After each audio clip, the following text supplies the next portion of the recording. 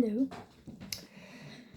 Okay, so this video hasn't been planned at all. It is quite spontaneous for me. I usually plan my videos and have some idea of what I'm going to do for at least a day or two. But so anyway, last night I went outside to see if it was snowing yet, and the stars were out and it was clear, and it was one of the most beautiful things I've ever seen. And I was just stood there looking up at it thinking there is so much out there, out in space. It's vast. Like, I don't even know all the facts, and yet what little I do know, space is huge. Space is massive.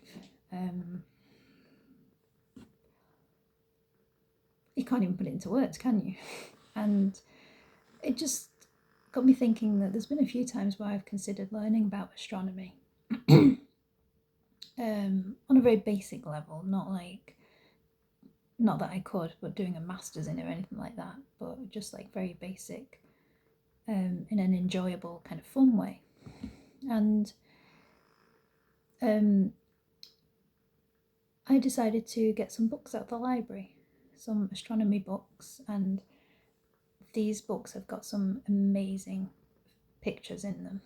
And I was having a look at them in Starbucks with Mum, and I was like, this is interesting, I like this. And anyway, so let's get into it. So this is like a cozy, very simple, very cozy astronomy mini lesson, book reading, I don't know what you want to call it.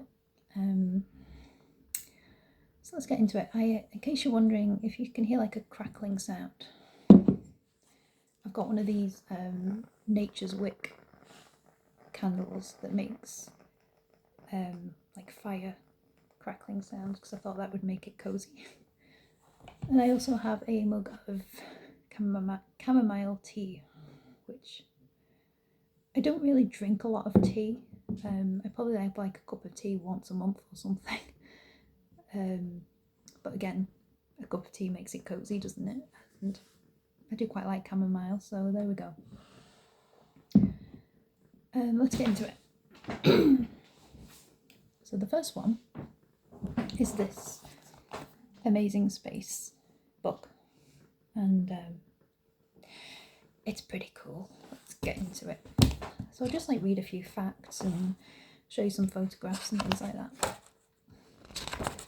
Might not be of any interest to anyone, but I was getting a bit tired of, I didn't feel like painting again, and I'm getting a bit frustrated with my violin at the moment, so I thought this is something a bit different. Anyway, let's read a little bit. Earth is covered with amazing sights. People travel the world to photograph oceans, forests, mountains, cities, and more, but to really appreciate these wonders and to truly understand our incredible planet, the best views are from space. And I'm not going to read the whole book because it's big, and I've got two of these, so, but I should just show you some pictures. So we have these. Yeah.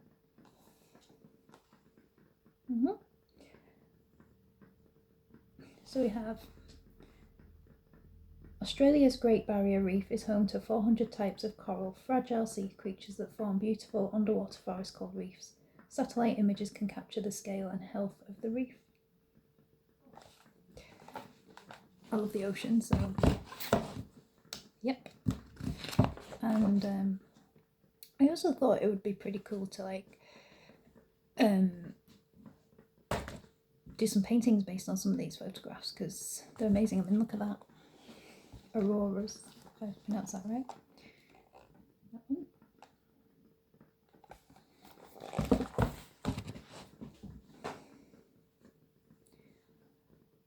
Auroras have captured people's imaginations for centuries. Today, many people travel long distances to see this spectacular sight.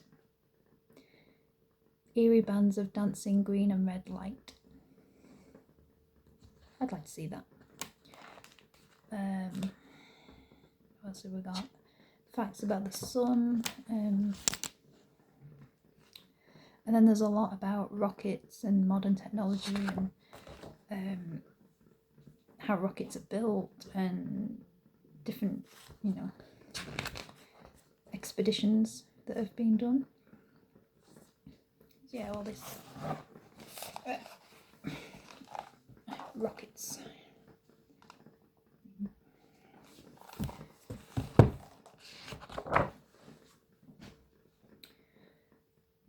This doesn't really interest me too much, if I'm honest, about the rockets and things. I'm just interested in the planets and the pretty pictures.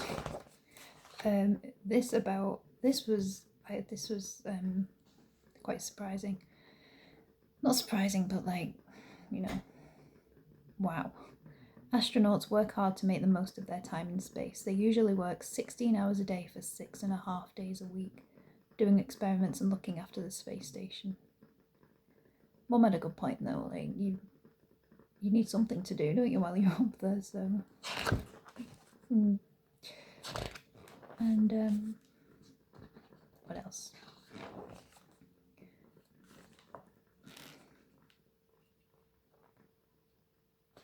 There's so much in these books that you don't really... I've never even thought of. Earth is surrounded by billions of pieces of space junk, from pieces of dust and rock to the remains of space missions, including flecks of paint, frozen fuel, and damaged bits of satellite. The area of space around Earth is basically a graveyard for pieces of rockets and satellites. Just things like that you wouldn't really think of. So space is littered, you wouldn't...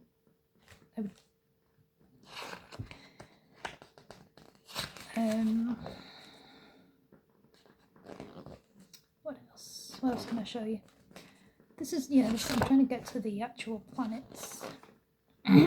This is still going on a bit about different machine. Hang on.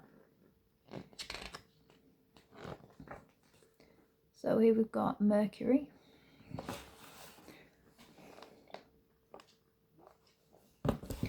Mercury is the closest planet to the Sun. It is too hot there for the planet to be able to hold on to gases and have an atmosphere, so it has little protection from meteorites. This means Mercury's surface is littered with impact craters. We still have a lot to learn about this moon-sized planet. I'm not going to tell you about every single planet, but there are some really good pictures and things in here. Mercury is difficult to explore because it is so close to the Sun. There was somewhere in here, or in the other one, it said about how hot the Sun is. It's very warm up there. A bit about Venus. I want to show you... so we have Mars. Humans have been obsessed with Mars ever since it was spotted as a red dot in the night sky. Named after the ancient Roman god of war, Mars has been the target of a huge number of robotic missions. Picture.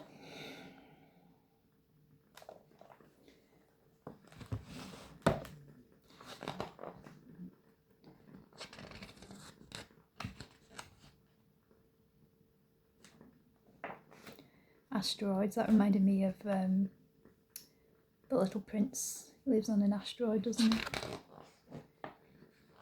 I'm trying to find, my favourite is Neptune. I'll show you why in a minute. There's a picture of Jupiter here. Oops. Okay. Jupiter is one of the brightest objects in our night sky.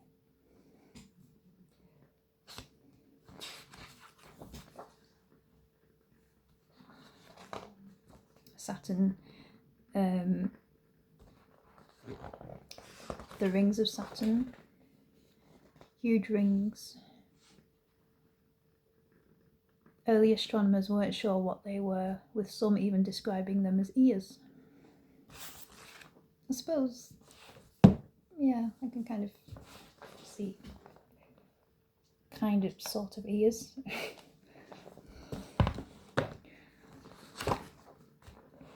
Saturn is a wobbly planet. This affects how much of the rings you can see. wobbly. I really want to find Neptune. Here it is. Look at this. My favourite colour is blue, so you'll see why I like Neptune. Look at that.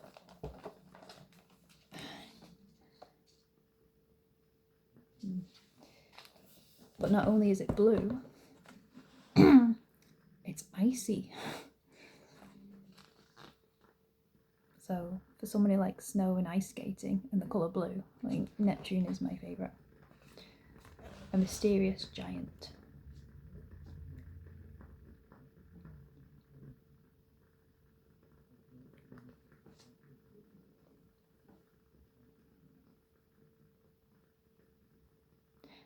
Neptune is home to some of the strongest winds in the solar system, as well as extensive clouds. Neptune has 14 moons that we know of. It's funny, when you're younger you think there's only like one moon, like the moon. There's a lot of moons. Comets. Sometimes we see comets in the night sky with tails trailing out behind them as they barrel towards the sun.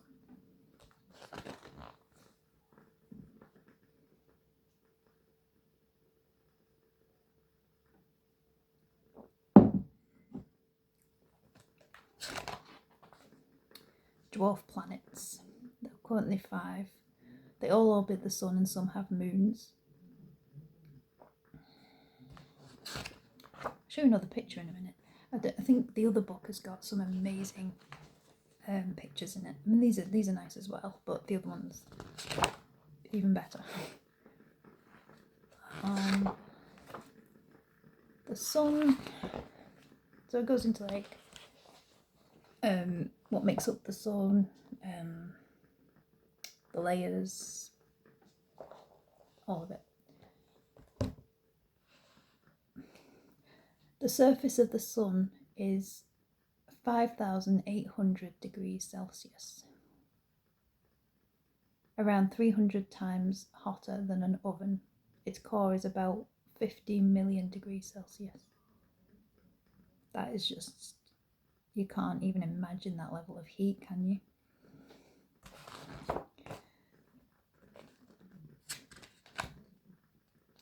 There are more than 200 moons orbiting around the planet, and some of them are pretty incredible.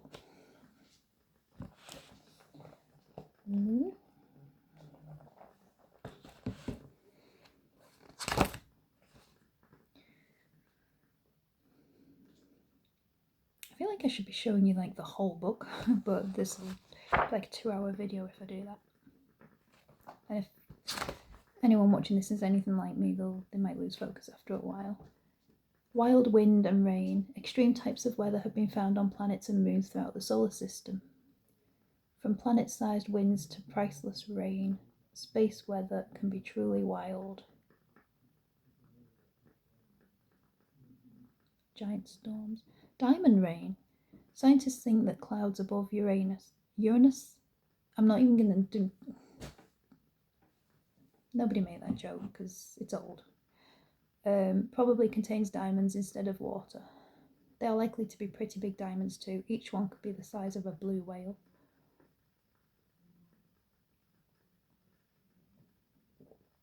It's been ages since I had chamomile tea.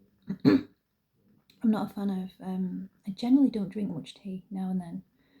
Every now and then I'll have like a cup of tea, but I don't like fruity herbal teas. Sometimes I'll have like ginger and lemon if I've got a bad throat or whatever. But chamomile's nice because it's sort of mild. I'm not a coffee drinker. I can't stand coffee. It makes me sort of jittery and makes me feel quite nauseous, so I don't remember that.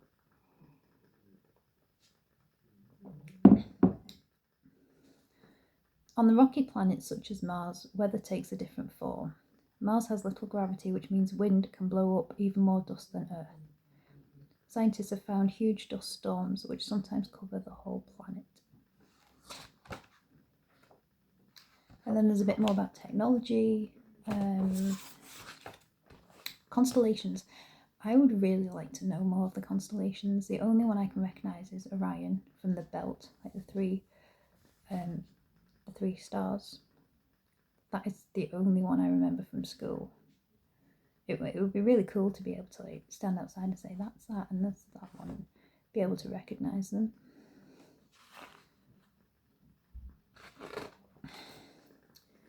Yeah, it goes into some of the constellations. I can't really show the whole thing. You get the idea.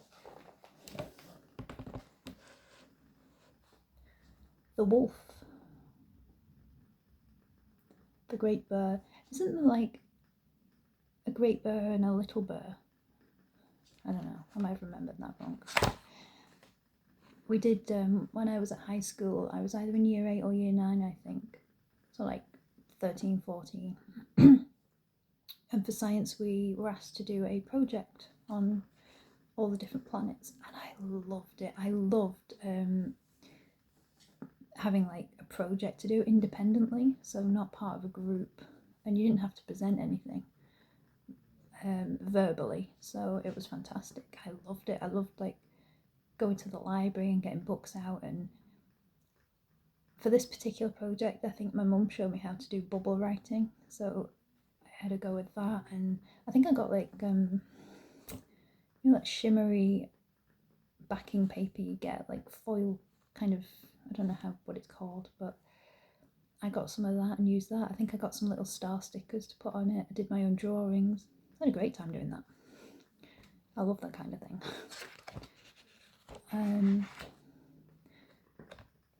This would make a whole other video, but I've pushed myself to the limit academically, so this doesn't work so well these days.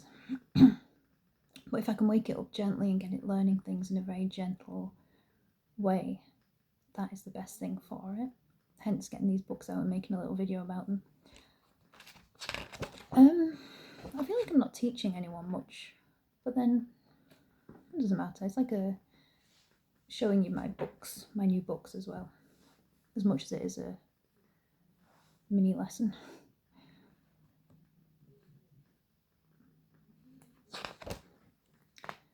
Travelling, space is enormous. The distance between objects can be millions of kilometres. Travelling these huge distances can take years, even if you travel incredibly quickly.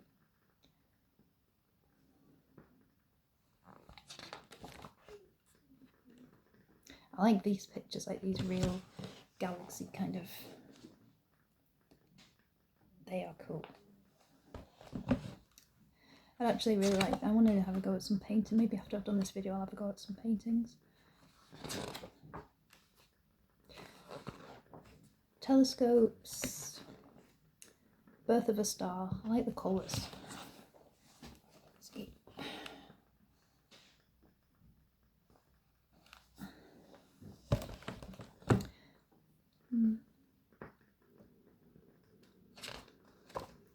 Made of gas and dust, called nebulous. I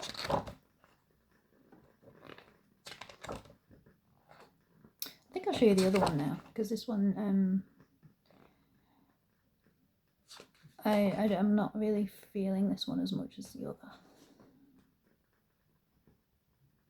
It goes into the death of a star, what happens then. Supernovas, I like, once again, blue. A nice blue colour there.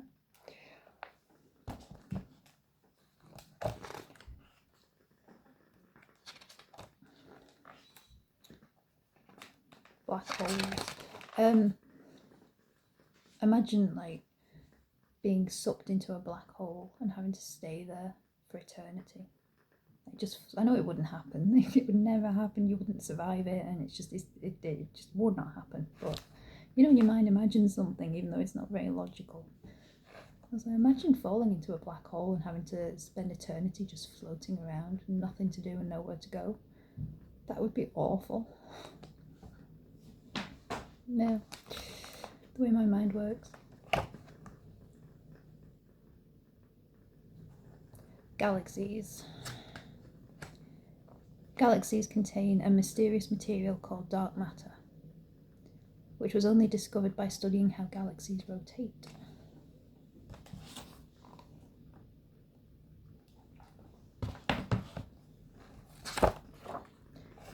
Yeah, I think I'll show you the other one now.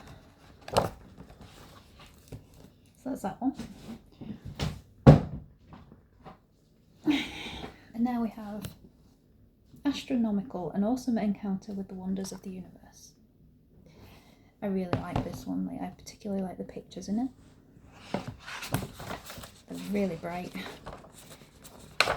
Solar system. And so here we have the sun. A big fireball.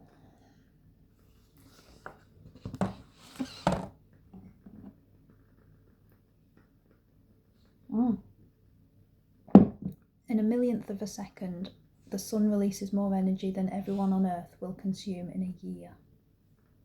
Oh, there we go. Yeah. Surface temperature of the sun, 5,500 degrees Celsius. The core, I think I've already said this from the other book, but in this one, maybe it's the same, I can't remember. 15 million degrees Celsius core temperature. That is hot. This one goes in, they're both similar, these books, but differ slightly. I love the pictures in this one. It goes into like the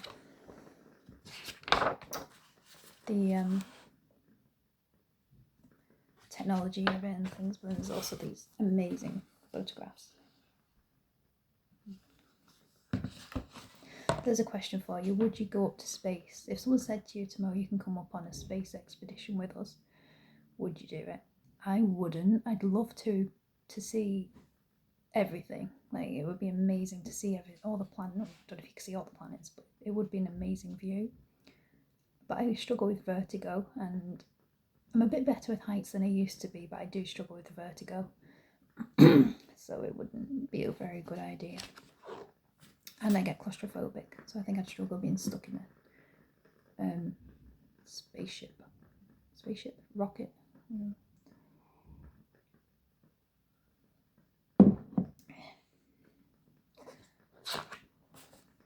More about different space missions. Deadly planet. You wouldn't be able to survive on Venus. Venus has dense clouds of deadly sulfuric acid,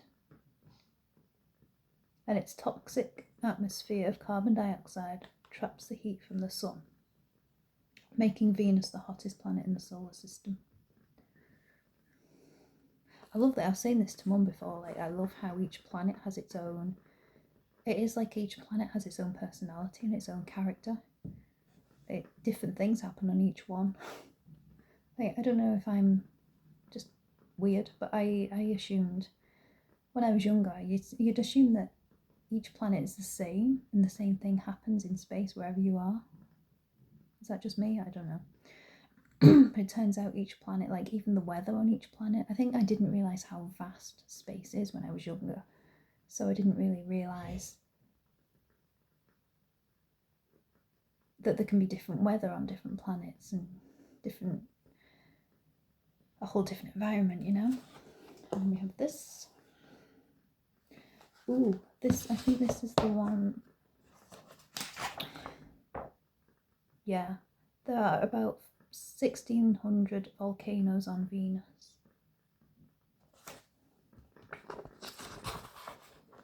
So you couldn't live there. And then we have a bit about Earth.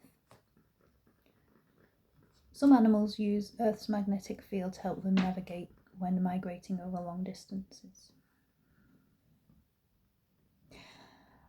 Yeah, the Earth's temperature is a bit cooler than the sun.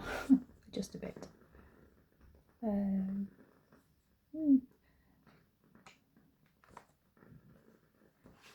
trying to find another really good picture. Oh, we have more auroras.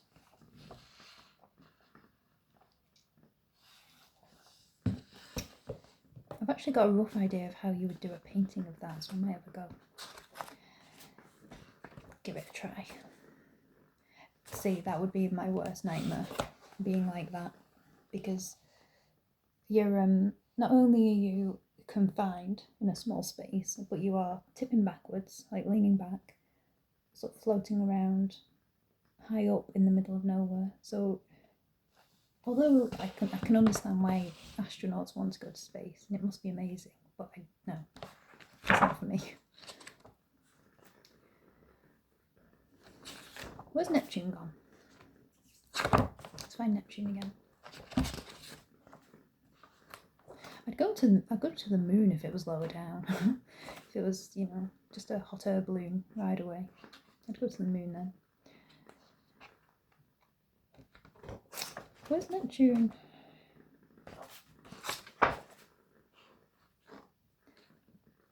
Martian giants. Many Martian landscapes, from steep-sided canyons to rippling dunes, are also found on Earth. However, even though Mars is much smaller, its features are often supersized compared to the versions on our planet. So it goes into all of those. This is nice actually. I haven't really got I did get a novel hour as well, but I haven't really got the concentration to sit and read a novel. So this is quite nice, just flipping through these and looking at the pictures and reading a few facts. You know. Giant asteroid. Let's see a picture of that.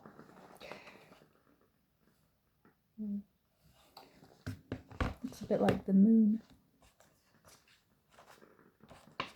A bit more about asteroids. Space treasure. Rocks that fell from space are some of the rarest on Earth. Although millions of meteors light up the night sky as shooting stars every year, only a tiny fraction, several thousand, survive the hypersonic trip through the atmosphere, landing on Earth's surface as meteorites.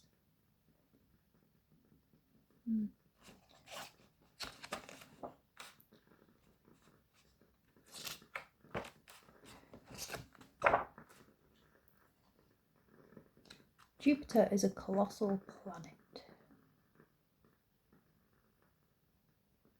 Jupiter is immense. Oh, everything about Jupiter is immense, including its storms. Many are the size of Earth. Some crash into each other and form even bigger storms. That's a picture of a red storm. A bit about Jupiter's moons. Saturn with its rings again. Saturn's quite cool. I would say Saturn's possibly my second favourite just because of the years. Saturn, the moons, Titan, Pan, Phoebe. A little bit about exploring Saturn. The ice giant. We have Neptune, my friend. Neptune is the most distant planet in our solar system. Neptune is made mostly of icy ammonia, water and methane around a small rocky core. The planet, which gets its striking blue colour from sunlight shining on the methane, is surrounded by faint rings. So that's why it's blue. Yeah, I think I'll end this in a minute. Space snowballs. Sometimes a comet crosses the night sky before disappearing back into space. Comets are made of ice, gases and dust left over from the formation of the solar system. As they approach the sun, the ice on their surface evaporates, releasing gas and dust, which form two separate tails that glow in the night sky.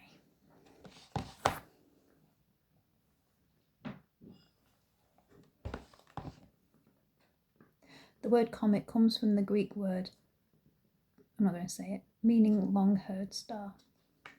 There you go. More bit about technology and expeditions to space. Another really nice picture.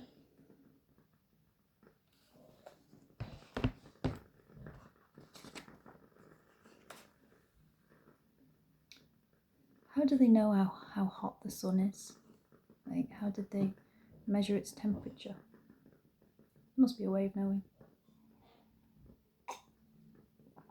It's not like you could go up there with a thermometer, is it? It amazes me how vast it is. That is the real thing that stood out to me when I was looking through these before. About 95% of the universe is invisible, made up of dark matter and dark energy.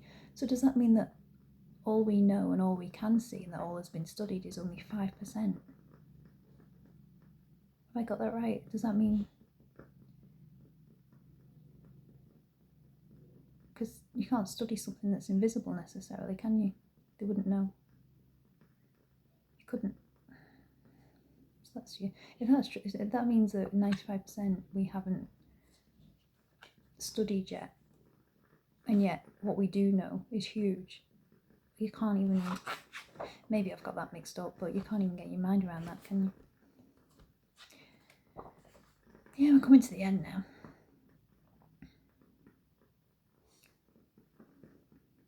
The James Webb Space Telescope can detect objects that glow 540,000 times more faintly than those we can detect with our eyes.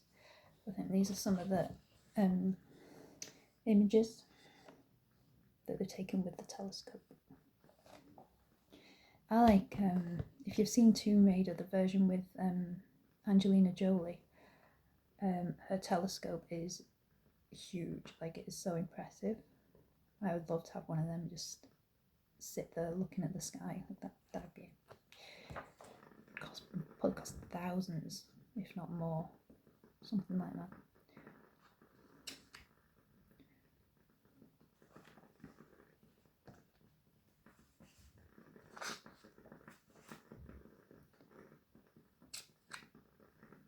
I think, oh, getting towards the end now, but there's another nice picture. If you look on YouTube for like space, galaxy, ambience, soothing, relaxing music, there are some lovely videos. Like really soothing.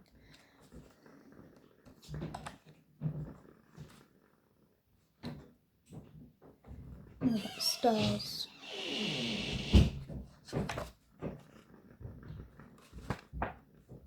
Yeah, I think that's everything now. Ooh, more blue.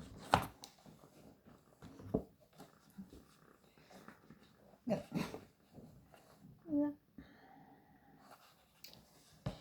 That would make an amazing painting, actually. I think when I finish this, I'll have a go at painting. Seahorse in the sky. Silhouetted against a glowing interstellar cloud, the Horsehead Nebula is one of the top targets for telescopes.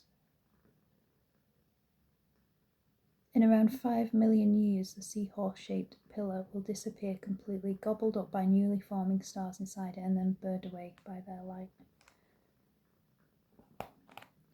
There is no particular reason why the nebula looks like a seahorse. Human brains like to spot patterns in chaos. Yeah, it does kind of look like a seahorse though.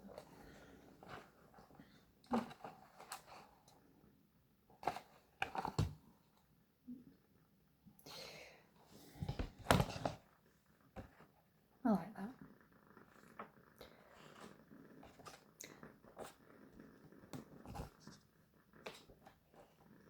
So yeah, I think I'll leave this here now. Hopefully this was of some interest to somebody out there. But